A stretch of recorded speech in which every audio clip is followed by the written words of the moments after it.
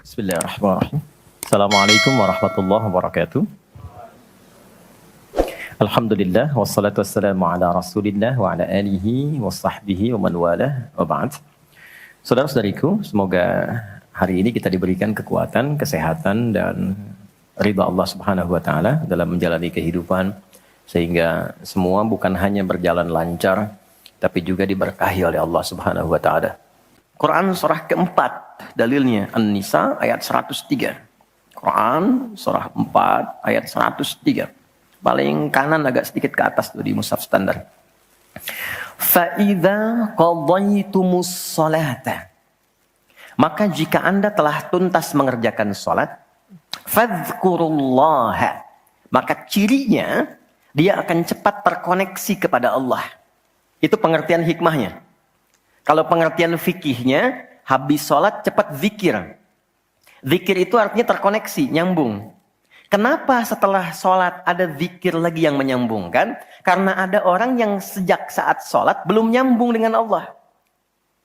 Itulah sebabnya nanti kita akan belajar. Masih merasakan nggak? Pernah nggak begini? Sebelum sholat mau fokus nih, tapi begitu takbir, Allahu Akbar. Yang akbar di lisan Allah, tapi yang akbar di pikiran, project. Ya, status belum diupdate. Nyimpan sendal di mana, jemuran belum diangkat, ya kan? Ya, pernah nggak suasana itu hadir? Nah kan? Nanti kita akan belajar. Nah, kalau akumulasi semua ingatan itu mengganggu khusyuk kita sehingga kadar khusyuknya kecil dan belum terkoneksi dengan Allah setelah sholat, maka coba zikir sampai nyambung. Idealnya ketika sholat selesai, itu punya konektivitas dengan Allah nyambung. Ingat Allah. Qiyaman. Baru dia berdiri jalan sudah ingat Allah. Makanya kalau ada orang keluar dari masjid dan dia nyambung dengan Allah, itu mustahil tertukar sendal. Oke? Karena saat dia pakai, dia merasa diawasi Allah. Ya Allah salah, bukan punya saya. Yang sayang itu rupanya dia pakai, padahal dia ke masjid nggak pakai sendal. Ini memang ada yang salah dengan sholatnya. Oke, balik ke sini. Maka kalau dia berjalan jalannya baik, kalau dia duduk bekerjanya baik, nggak mungkin maksiat, nggak mungkin menyentuh yang salah karena saat dia menyentuh dia merasa dilihat Allah. Itu yang disebut dengan ihsan namanya. Di orang yang punya koneksi dengan Allahnya kuat. Itu akan mudah menjalani kehidupan. Anda punya koneksi dengan teman-teman yang punya kedudukan tertentu. Aksesnya mudah kan? Anda punya koneksi dengan Allah. Apa yang sulit bagi Allah? Masalah dikecilin. Bukan gak dapat masalah. Masalahnya sama. Bagi orang lain besar. Bagi si fulan kok ringan. Karena sebelum mendapatinya. Akses dia ke Allah tinggi. Allah ringankan untuk diterima di hatinya. Dilapangkan hatinya sebelum menerima persoalannya. Jadi ketika menerima persoalan dia tinggal senyum aja. Selesai. Macet. Yang lain gelisah. Alhamdulillah macet. Bisa hafalan dulu. Bisa baca dulu. Bisa mengerjakan yang lain dulu. Ini semua dibaca dengan nyaman. Karena konektivitas yang tinggi dengan Tuhan. Jadi ternyata ketika diminta menunaikan ibadah sholat. Ada hal yang sangat besar. Yang Allah ingin berikan kepada kita semua. Saya ingin tanya teman-teman. Berapa waktu yang Allah mintakan kepada kita untuk menunaikan salat? Berapa? Tiap hari kita kerjakan. 5 kan? 5 kan? Nomor koneksi dengan Allah. Masih ingat nomornya? 24434 klik. Naik. 2 subuh, 4 duhur, 4 asar, 3 maghrib, 4 isya kan? Ayo bikin status. Ya kan? 5 waktu kan? 5 waktu kan? Kenapa 5 waktu?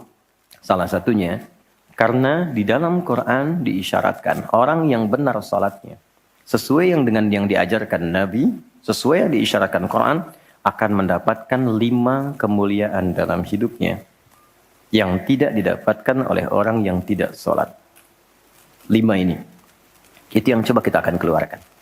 Itulah sebabnya, kenapa salat sangat ditekankan, kenapa salat diwajibkan. Karena Allah mewajibkan kita mendapatkan semua kebahagiaan dan kesuksesan yang kita ingin raih dalam kehidupan. 5 ini.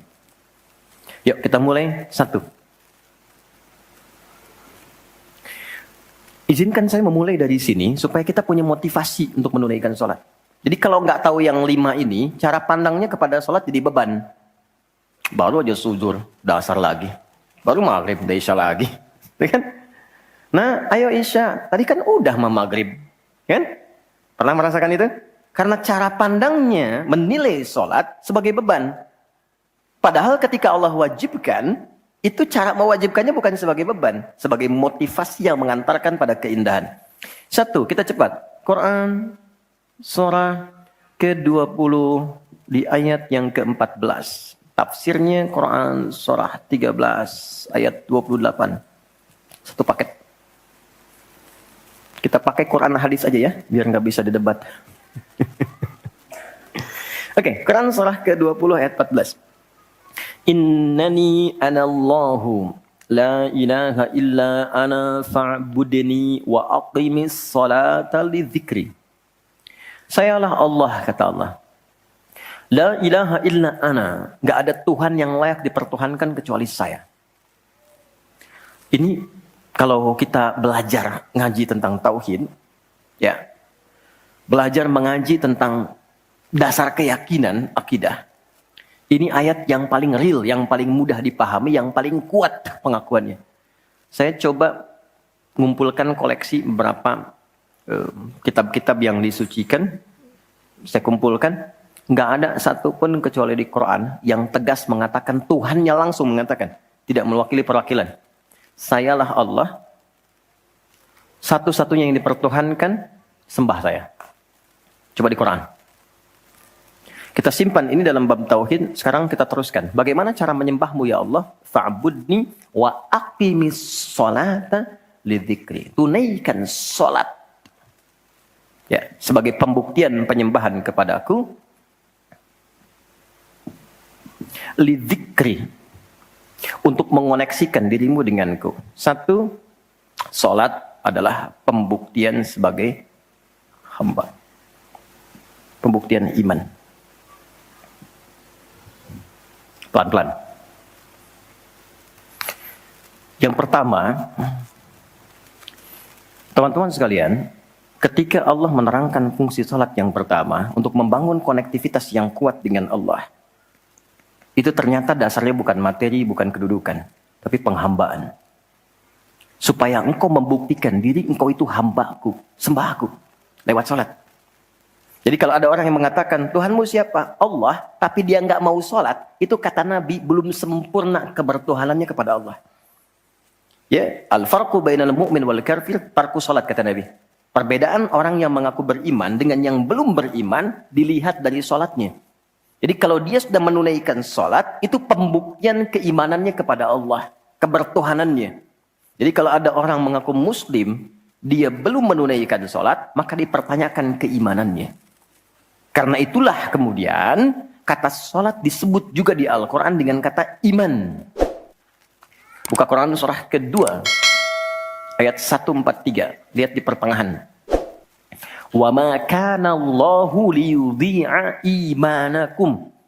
Jika ada hamba siapapun menunaikan sholat, aku nggak akan sia-siakan sholat yang dilakukan dengan imannya itu. Maksudnya apa? Akan dibalas, diberikan perhatian sesuai dengan kadar sholatnya. Disebut dengan iman. Dan yang paling dahsyat, ketika seseorang sholat menghamba, kan gerakannya ruku, sujud, menghamba kan? Maka naik statusnya dari sekedar manusia biasa menjadi abdun. Teman-teman, ini rahasia besarnya. Perintahnya, fa'budni, yang kita baca, iyyaka na'budu, asal katanya dari kata abada, orangnya abdun. Jamannya ibad. Dan tidak pernah disebutkan dalam Quran kata abdun kecuali untuk mengangkat derajat hamba di hadapan Allah.